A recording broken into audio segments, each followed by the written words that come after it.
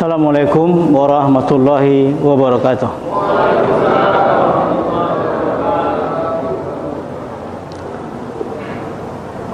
Alhamdulillah, nahmaduhu wa nasta'inu wa nastaghfiruh wa na'udzu billahi min shururi anfusina wa min sayyiati a'malina.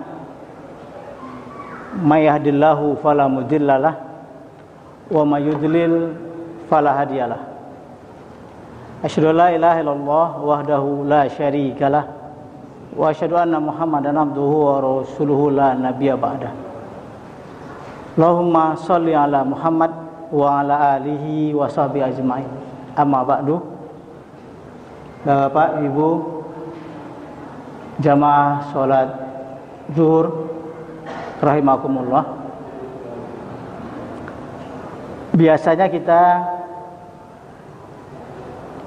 diberi kabar gembira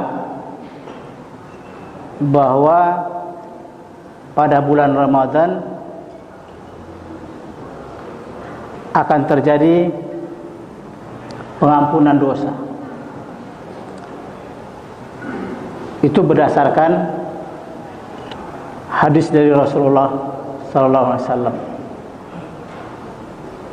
Tapi ada hal yang mesti kita perhatikan, bahwa dalam membicarakan topik keislaman, kita tidak bisa hanya langsung berpegang kepada hadis Rasul. Karena sumber dari ajaran Islam itu adalah Al-Quranul Karim. Maka kita harus pertama-tama mencari dahulu ke dalam Al-Quran sebelum memutuskan melakukan suatu kajian hukum. Maka kita ingin melihat apa sebenarnya pandangan Al-Quran tentang dosa. Mungkinkah dosa itu diampunkan? Atau dalam bahasa para mubaligh kita sering disebut dengan penghapusan dosa.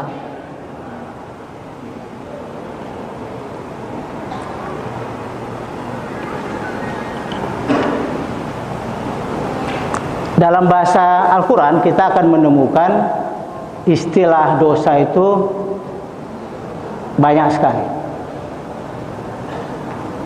Kalau istilah pahala itu ajrun. Kalau nanti dia di luaran jadi ujrah, satu akar kata. Tapi kalau kita bicara tentang dosa, varian yang digunakan oleh Al-Quran itu sangat variatif. Kita menemukan istilah ithmun, dosa, nggak ada jamaknya itu. Kemudian kita menemukan istilah dzanbun, jamaknya zunub. Ada istilah sayyi'ah yang jamaknya sayyi'at, jamak muannas salim. Kemudian ada istilah khati'ah.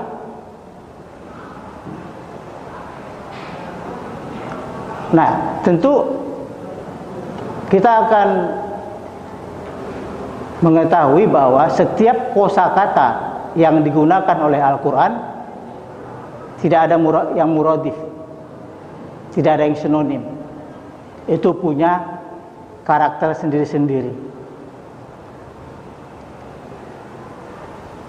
Yang sangat populer kita mendengar istilah sayyi'ah. Kalau kita sering berdoa, wa kaffir anna sayyi'atina. Kafir, ya. Kafir itu dari kata kafaro juga, kafir juga artinya. Cuma dia menggunakan istilah bina taf'il. Kafir, kaffara yukaffiru takfiran. Beda dengan kafara yakfuru kufuran. kafirun, itu beda. Jadi ini istilah yukaffir. Yukaffir itu tutup. Jadi kita minta supaya sayyi'ah kita ditutup.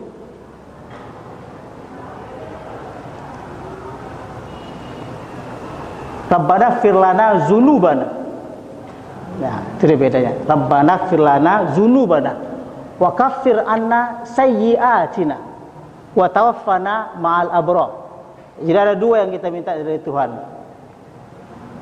Ya, mohon ghafara, ya. Yang kita bahasa Indonesia susah mengapanya. Mentranslate bahasa Arab ke bahasa Indonesia itu agak susah. Maka kita artikan juga sama saja. Ampunilah zunubana wa kaffir anna sayyi'atina. Nah, itu beberapa istilah yang dipakai oleh Al-Quran. Kemudian satu lagi ada istilah ithmun, bukan ismun. Kalau ismun nama, hamzah, sin, dan mim. Ini hamzah, fa, dan mim. Itu juga diartikan dengan dosa.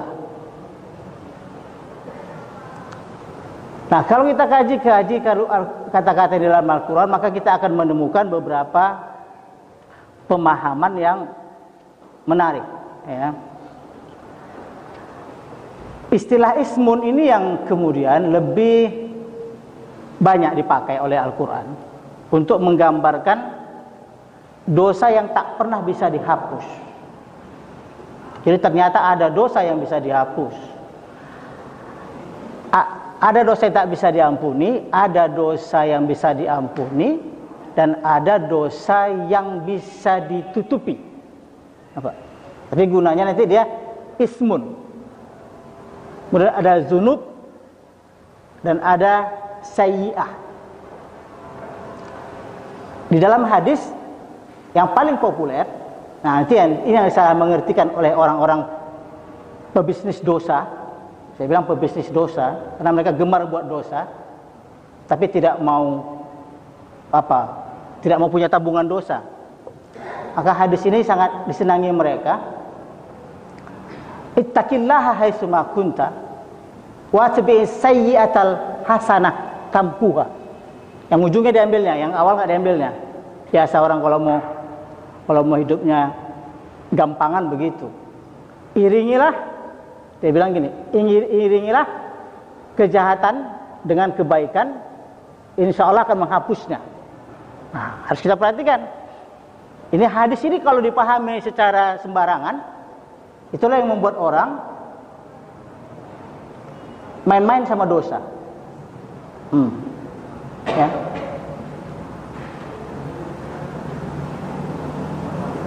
Padahal main-main dengan dosa itu dihukumkan fasik. Jadi hati-hati, jangan main-main dengan dosa. Hadis itu nggak bicara dosa sebenarnya. Hadis itu bicara sayyi'ah, yang disebut dengan wa kaffir anna sayyi'atina. Jadi nanti karena kategori dosa, ada kategori mungkar, ada kategori fahisah, ada kategori sayyi'ah, ada kategori khati'ah. Apa? Jadi harus hati-hati. Jadi orang kalau nggak sekolah agama, hati-hati jadi penceramah, bisa sesat orang semua itu dibuatnya. Ya. Kalau sembarangan ngomong ya gitu deh. Nanti dia berzina, dia pagi menjelang zuhur dia sholat. Wah, kata ustadz kami bisa menghapus dosa. Ustadznya bisa diperbaiki, bukan yang buat. Ya. Enggak hati-hati ceramah. Karena zina itu tidak masuk zanbun, tidak masuk sayyi'ah, mungkin juga tidak masuk ismun. Kalaupun mau dimasukkan nanti bisa. Tapi dia itu disebut Allah dengan fahisah. Makanya wala taqrabuz zina innahu kana fahisatan wa sa'a sabila. Jadi dosa zina itu enggak bisa dihapus. Karena Anda menumpahkan sperma ke dalam rahim yang tidak halal bagi Anda. Jadi pintu taubatnya enggak ada, karena spermanya enggak bisa diambil lagi, nggak bisa dimasukkan lagi. Nampak? Jadi jangan main-main sama urusan bisnis lendir itu. Ya? Jadi Anda nggak bisa bilang kayak gitu. Ya, kok enak kali ya, ya kan? Habis berzina, sholat, itu dua hal yang nggak nyambung gitu loh. Ya, tidak nyambung sama sekali. Atau orang bikin markup, ya, markup bahasa kerennya, bahasa kotornya korup. Ya. Beli komputer harga 15.000 dibikin 25 juta, 15 juta, 25 juta, selisih 10 juta, estapora. Tambah pula pergi bayar perempuan untuk zina, itu dosanya minta ampun gitu. Ya. Itu nggak ada peluang untuk diampuni. Ya, jadi hati-hati. Jadi jangan main bisnis dosa lah. Jadi kalau ada ustadz yang menjanjikan penghapusan dosa, suruh masuk pesantren dulu ustadznya, ya. Main-main dia itu, ya. Tapi kalau orang senang buat dosa, para pejabat senang memelihara ustadz kayak gini gitu, ya. Karena menjanjikan bagi dia. Ya.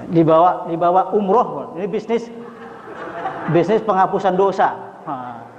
Jadi ada orang yang bisnisnya buat dosa, ada para mubaligh yang, para ustadz, para kiai yang bisnisnya penghapusan dosa. Ketemu, pas. Uangnya, ya jelas uang korup lah. Karena negara kita kan hancur karena itu. Ya kan? Gak ada takutnya orang korupsi karena ada bisnis penghapusan dosa. Makanya remuk negeri ini kan karena itu. Gitu. Nah itu yang membuat kita harus berpikir ulang. Jadi kalau dibilang adakah penghapusan dosa bulan Ramadan? Wait a minute. Dosa mana yang mau dihapus? Itu dia pertanyaannya. Ya. Jadi panjang ceritanya itu. Jadi nggak percuma lah kami sekolah sampai S3 kan ya. Iya, ini masa nggak pernah sekolah agama terus mau jadi ustadz gitu loh. Itu kan kacau balau nanti. Ya. Ngeri lah. Kosakata Quran itu agak sukar untuk diapakan, ya. Untuk diceramah secara simpel gitu. Karena itu kita akan melihat dosa yang bisa dihapus apa. Sebenarnya saya akan mengatakan tidak ada satupun dosa yang bisa dihapus. Itu harus diingat. Karena kadang-kadang orang ceramah lupa dia, tidak konsisten dia dengan apa yang dia bilang. Misalnya kita akan percaya bahwa faman ya'mal misqala dzarratin khairan yarah wa may ya'mal misqala dzarratin syarran yarah. Jadi kata yarah itulah yang tidak memungkinkan dosa itu dihapus. Apa itu? Jadi hadis tadi harus hati-hati memahaminya karena ada ayat-ayat Quran yang mengatakan bahwa siapa saja yang beramal sedikit atau banyak itu akan dia lihat. Sama juga. Kalau orang buat dosa, pasti dia akan lihat dosanya. Jadi kalau kita mau tanya buat dosa itu apa sih itu? Jadi ketika kita membuat dosa sama seperti kita memotong jari kita atau tangan kita, srek. Atau sama seperti kita dioperasi oleh dokter, dibedah. Ketika kita dioperasi, maka dokter berusaha menutup bekas luka itu. Tertutup, tapi tidak hilang. Pasti ada bekasnya. Kenapa? Karena ini buatan Tuhan. Nampak? Fisik kita buatan Tuhan. Sehingga ketika disobek oleh manusia, nggak ada orang yang bisa mengembalikannya secara normal kembali. Karena buatan Tuhan maha sempurna. Nadi kita udah putus-putus dicobek sama dokter. Makanya hati-hati jangan jumpa dokter. Ya. Dokter kan kalau jumpa awak bedah aja ya. Dibedahnya tangan awak, dibedahnya kantong awak, habislah. Kan gitu. Jadi untuk supaya jangan jumpa dokter bedah, ya kita sering-sering jumpa Tuhan lah. Nah dosa begitu juga. Dosa itu tubuh spiritualitas kita itu sobek. Ya. Setiap kita buat dosa, dia sobek. Nah, Itulah yang Allah bilang, kita doakan, wa kaffir anna sayyiatina, tolong ditutup. Minta tolong sama Tuhan supaya sayyi'ah kita itu ditutup. Apa itu sayyi'ah? Sayyi'ah itu dosa-dosa kecil yang nggak mungkin kita nggak lakukan, karena kita manusia. Ustadz, sama saja, nggak ada bedanya itu. Mau ulama, mau kiai, semua manusia itu. Makanya kata Nabi, kullu bani Adam khata'un. Nah, itu istilahnya khata'un. Jadi khata'un menghasilkan sayyi'ah. Khata'un. Jadi salah itu banyak variannya. Ya, salah satunya itu adalah sayyi'ah. Jadi tubuh spiritualitas kita koyak, lalu kita berusaha untuk menjahitnya. Kita jahit dengan apa? Kita jahit dengan istighfar. Tapi itu nanti kita lihat juga bekasnya. Nanti ditipek sama malaikat dosa kita itu.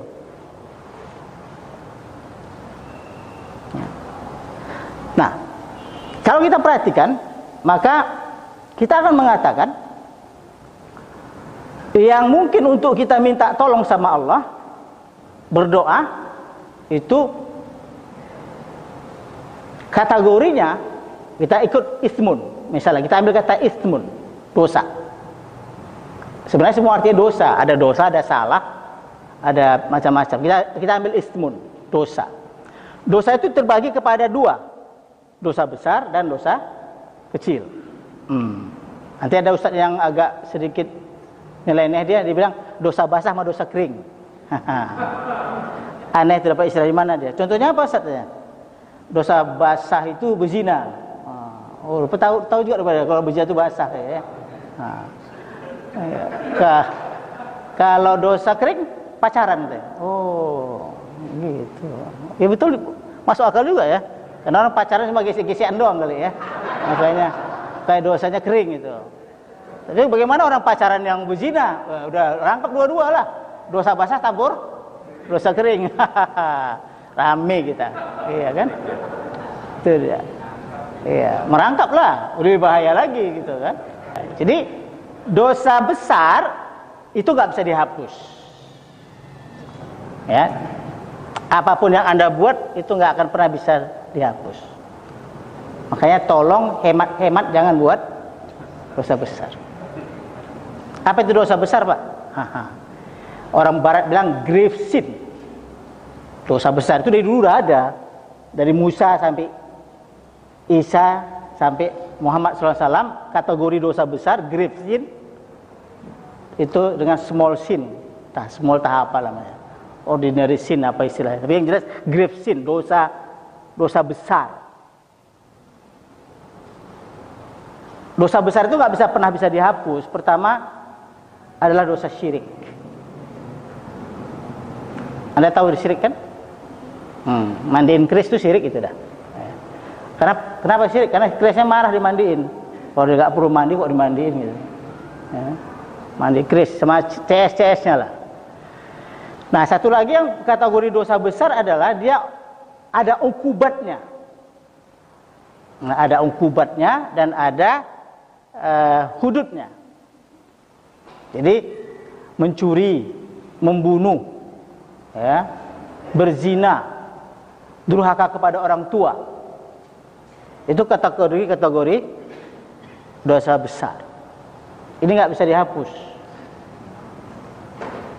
dengan puasa, maksudnya. Mau puasa setahun pun Anda nggak akan hapus dosa itu. Ya. Jadi sekali berzina, puasa setahun, nggak ada gunanya. Harus perhatikan itu. Makanya Allah mengatakan yang bisa dihapus sayyi'ahnya adalah alladzina yajtanibuna kaba'ira ma tunhauna. Nah, itu bahasa Al-Qur'an, ya. Yaitu orang-orang yang mereka itu menjauhi dosa besar. Syaratnya dalam surah An-Nisa Allah mengatakan in tajtanibu kaba'ira ma tunhauna. Nah, itu syarat ya. Kalau mau dosa dihapus. Jadi bukan puasa yang menghapus dosa. Ini ayat Quran bilang. Kalau kamu menjauhi kabair. Nah, Allah enggak bilang ismun lagi, sudah bilang kabair. In tajtanibu kaba'ira ma tunhauna. Kalau kamu menjauhi dosa-dosa besar yang kamu dilarang, baru Allah katakan janjinya apa? Nukaffir angkum sayyiatikum. Apa? Jadi Tuhan bedakan antara kabair dengan sayyi'ah. Jadi bukan saya yang bilang ya, dosa besar enggak bisa dihapus, bukan saya yang bilang. Kalau yang bilang ayat Quran. Jadi dosa koruptor jangan bilang dia bisa dihapus. Malu dia. Enggak ada. Dosanya penzina, dosanya maling, dosanya pencuri, beda tuh. Samanya itu ya. Itu enggak bisa dihapus karena itu masuk kabair.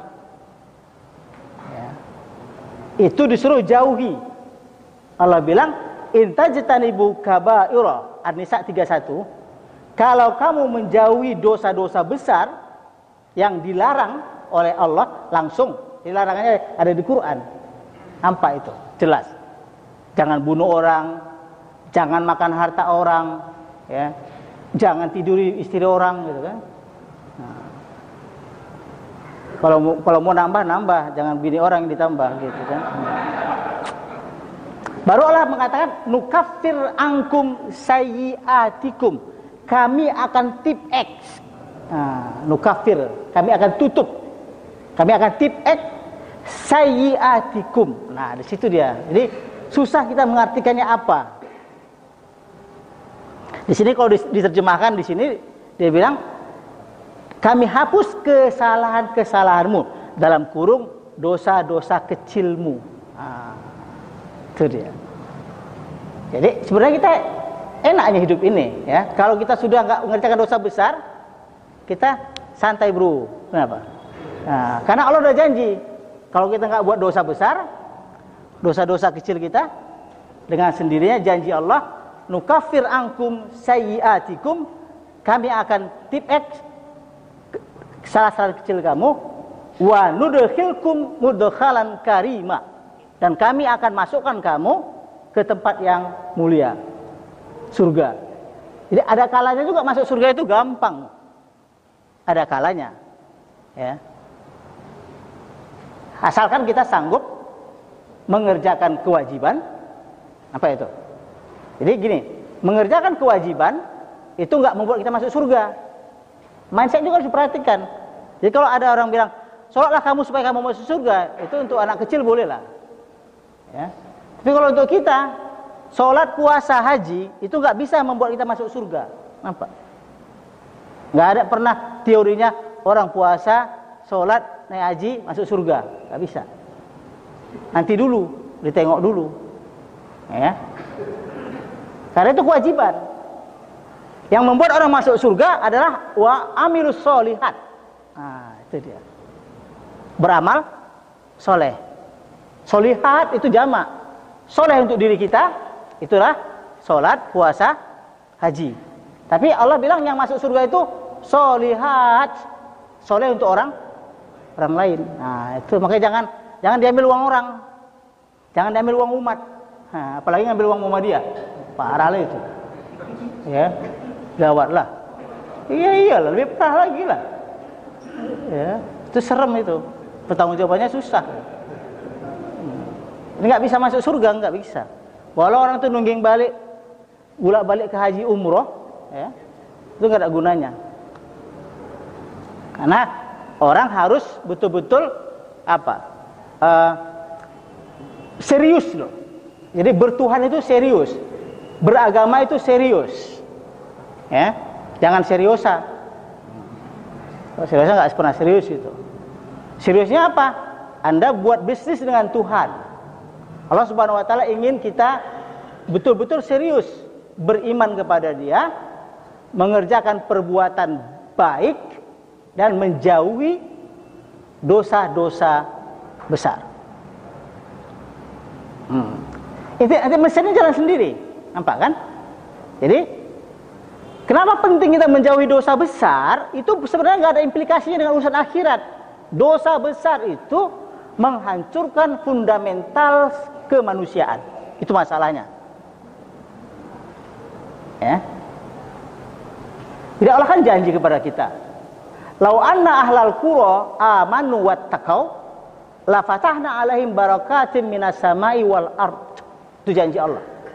Kalau sajalah penduduk sebuah negeri itu mereka beriman dan bertakwa, nah, itu nampak kan? Jadi beriman dan bertakwa itu adalah sederhana, mengerjakan perintah Allah dan menjauhi larangannya. Itu konsep sederhana, tapi aplikasinya nyaris tak ada di kita. Karena tipikal orang Indonesia, mereka rajin berbuat baik, tapi tekun berbuat mungkar. Itu rusaknya. Amarna mutrafiha fafasaku fiha. Jadi fafasaku itu bahasa Al-Qur'annya, fafasaku, mereka buat fasik. Fasik itu apa? Mencampur adukan antara dosa dan pahala. Itu makanya negeri itu hancur. Itu mesin Allah aja. Mesin Allah, kalau kamu pergi sholat kemudian kamu suka berzina, kalau kamu rajin umroh, haji, tapi kamu korupsi, negeri kamu hancur. Itu aja mesinnya. Gak perlu Allah kirim bala tentara, gak perlu kirim tsunami. Ya. Dia akan bergerak sendiri mesin itu. Mekanikal ilahiyah. Jadi mesin Tuhan itu bekerja sendiri. Karena dosa besar itu menghancurkan struktur masyarakat. Kalau para pemimpin kita korupsi, itu kesian itu orang miskin itu. Dosa apa mereka kok bisa miskin? Itu pertanyaannya, nampak kan? Apa salah orang itu kenapa mereka miskin? Ternyata mereka miskin karena persoalan strukturalnya. Uang itu hanya beredar di atas saja, nggak kemana-mana, putarnya kayak orbit. Nah, ya. Itu nggak boleh putaran orbit. Uang itu harus putarannya gini. Makanya mencuri, maling, ya, koruptor, korupsi itu dosa yang nggak terampunkan oleh Allah. Karena dia merusak tatanan sirkulasi, distribusi rezeki yang mau Allah kasih. Yang kedua, zina itu dosanya juga nggak terampuni. Karena dia merusak bisnis manusia. Ya. Nggak tanggung-tanggung itu. Ya, merusak struktur masyarakat, merusak keturunan, menyebarkan penyakit. Orang yang nggak bersalah, ada bini di rumah pakai jilbab, kena penyakit AIDS. Nampak itu? Kenapa Tuhan melarang? Karena suaminya sering ke Belawan. Kan gitu. Di Belawan jumpa sama orang Thailand. Orang Thailand itu habis sama PSK di Belawan. Dia pakai PSK itu. Jadi orang Thailand bawa virus HIV, dia bawa virus HIV. Ketemu di Belawan. Pulang-pulang ke rumah disetor sama bini. Bini sering ngaji pakai jilbab, kena AIDS. Itu kan luar biasa. Nampak itu? Dosa yang dia buat. Jadi ini nggak dosa main-main gitu loh. Ini dosa akumulatif. Menghancurkan masyarakat, membuat lahir pula bayi, sakit lagi. Itu efeknya, bukan apa-apa. Jadi Allah itu final conclusionnya adalah zina itu diharamkan betul. Karena itu dosa besar. Solusinya ada. Poligami. Silakan aja. Bukannya nggak ada Tuhan kasih, ya? Ada solusinya. Itulah kenapa secara filosofis dosa itu harus kita lihat-lihat. Jadi bulan Ramadan bukan mesin laundry,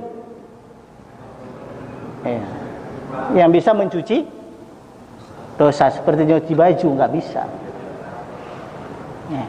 Nah, oke. Jadi bagaimana cara menghapus dosa? Nah, Bisa nggak kita menghapus dosa? Ada beberapa ayat. Ya. Cara menghapus dosa itu yang pertama adalah dengan sedekah. Tapi lagi-lagi Allah nggak gunakan dosa besar. In tubdu sadaqati fa ni'man hiya wa in tukhfuhu aw wa tu'tuhal fuqara'a fa huwa khairul lakum wa yukaffir ankum min sayyi'atikum. Kalau kamu bersedekah, ya, baik terang-terangan maupun sembunyi-sembunyi, membantu orang-orang fakir, Allah mengatakan dia akan menghapus sayyi'ah. Ya, nampak kan? Yang dihapus sayyi'ah, bukan dosa besar. Jadi orang beriman itu tidak akan pernah buat dosa besar. Dan kata Rasul, tidak beriman seorang itu ketika dia berzina. Jadi orang yang beriman tidak pernah berzina. Makanya orang beriman itu doanya begini, Rabbana innana sami'na munadiya yunadi lil imani an aminu bi rabbikum fa amanna. Apa? Karena itu Rabbana faghfir lana dzunubana wa kaffir anna sayyi'atina. Itu dia. Jadi bukan kabairnya.